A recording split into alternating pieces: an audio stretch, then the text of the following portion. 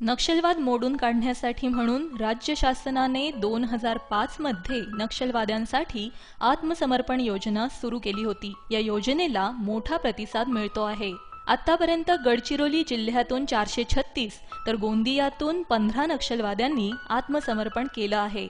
जास्तीत जास्त नक्षलवाद्यांनी शरणागती पत्करून समाजाच्या मुख्य प्रवाहात यावे यासाठी शरण आलेल्या नक्षलवाद्यांच्या रकमेत भरघोस वाढ सुचवणारा प्रस्ताव मंत्रिमंडळासमोर मांडण्यात येणार असल्याचं गृहमंत्री आर पाटील यांनी सांगितलं आहे।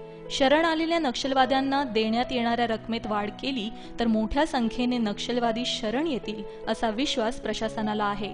आत्मसमर्पण केलेल्या नक्षलवाद्यांना वाढीव रकमेबरोबरच घर किंवा घरासाठी भूखंड आणि आर्थिक मदत देण्याचा प्रस्तावही या योजनेत आहे। याशिवाय नक्षलग्रस्त भागाच्या विकासासाठी देण्यात आलेल्या निधीमधून 241 लाख रुपये नक्षलवाद्यांच्या आत्मसमर्पण योजनेसाठी राखून ठेवावे असंही या प्रस्तावात म्हटलं आहे।